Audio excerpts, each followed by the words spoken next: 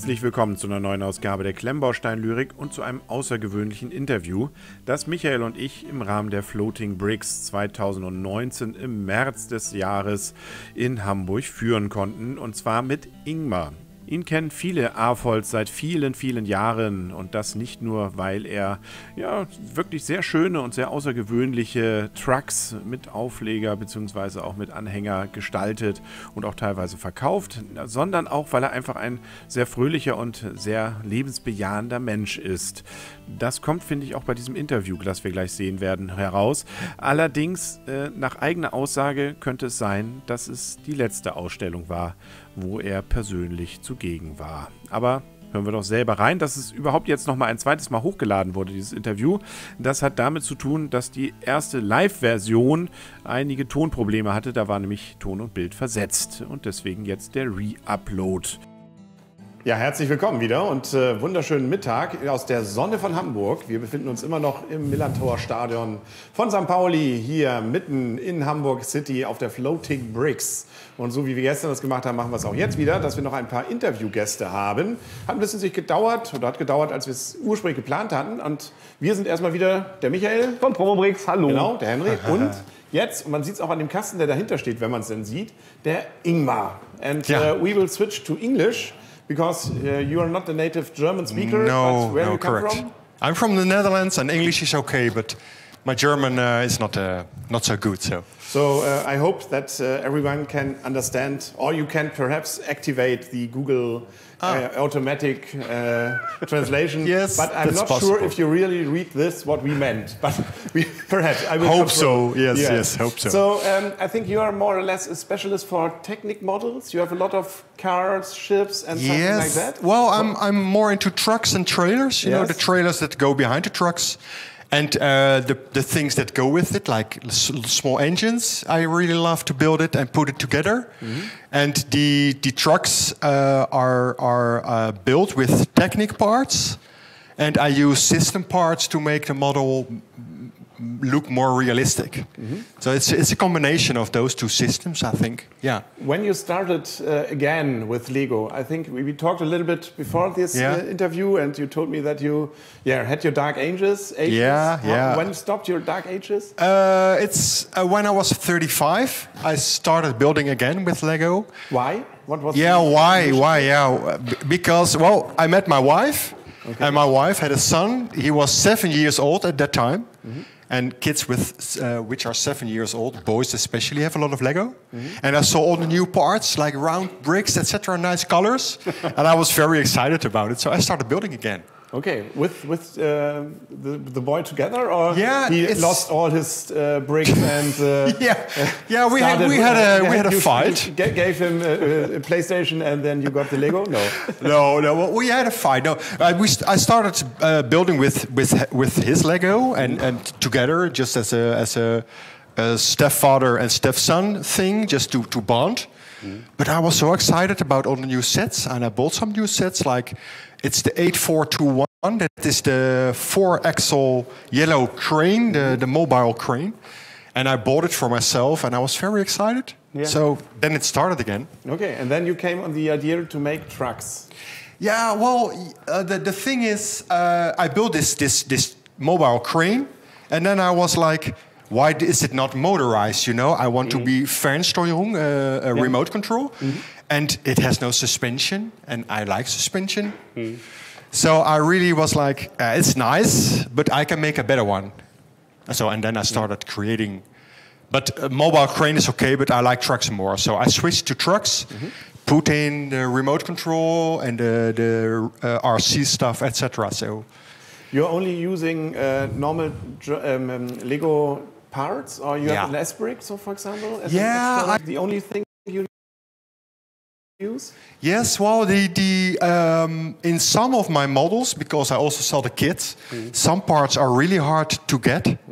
And then I have a 3D printed substitute, but you can replace it with regular Lego. So I think when you use 3D parts, it's okay.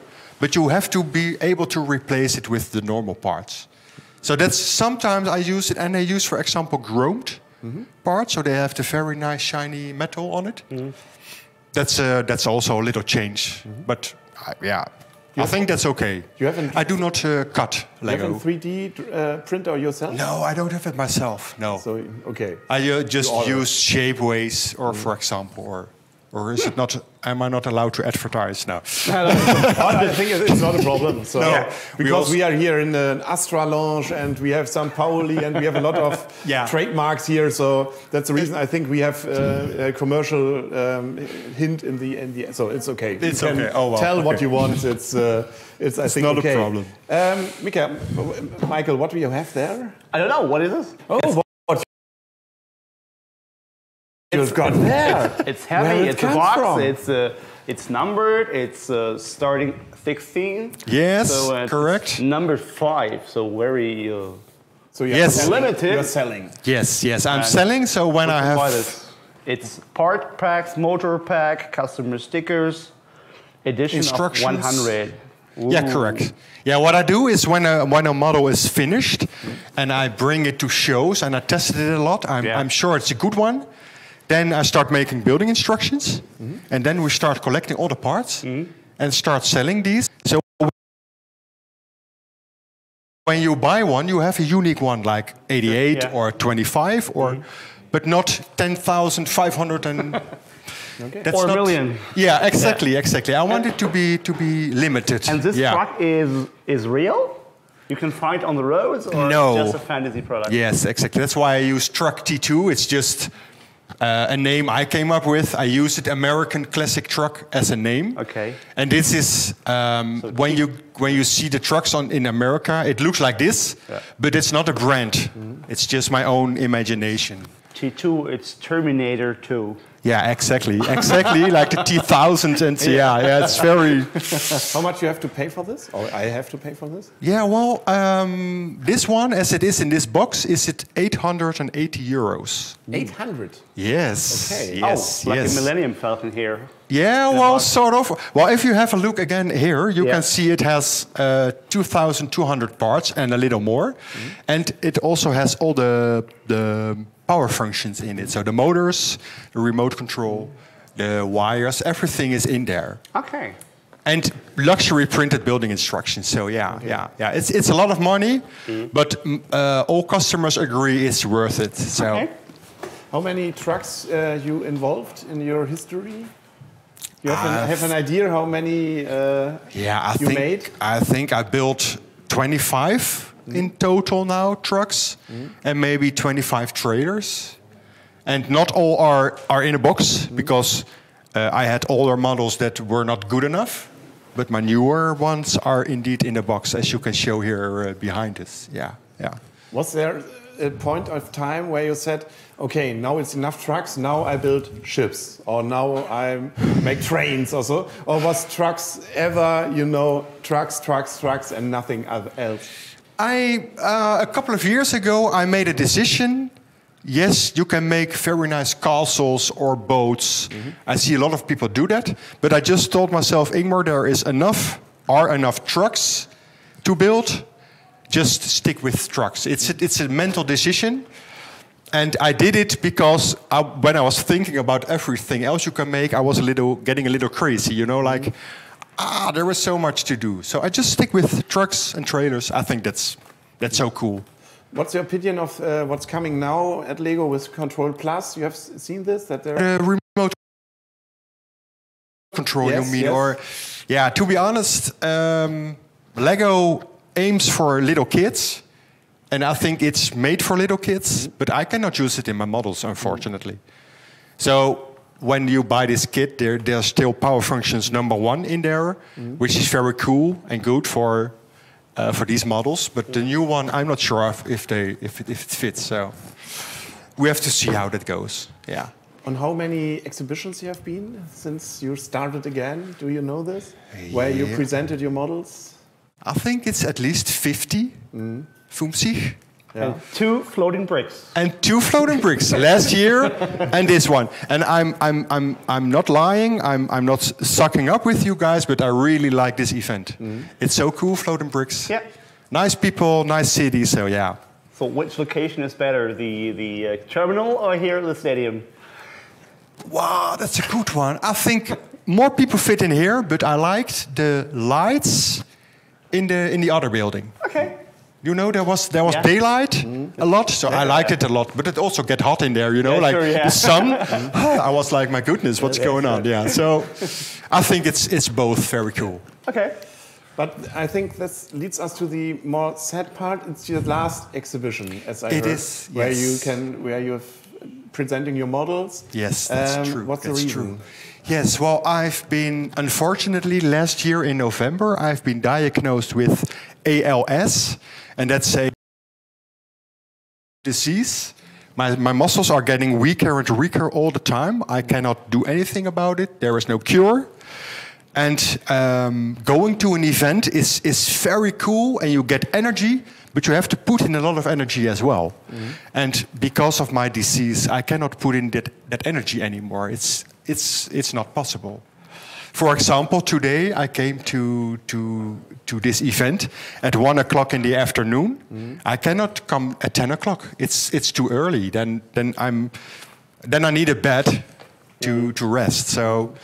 Yeah, unfortunately it costs me too much energy and too much power, and I cannot regenerate, as they say with a hard word. But I cannot regenerate. It's not that I go home and have sleep and I'm back again. It's not how it works, unfortunately. So, yeah, too bad. When you look back on these 50 events you have been, you see that there's something happening in the years, changing in this.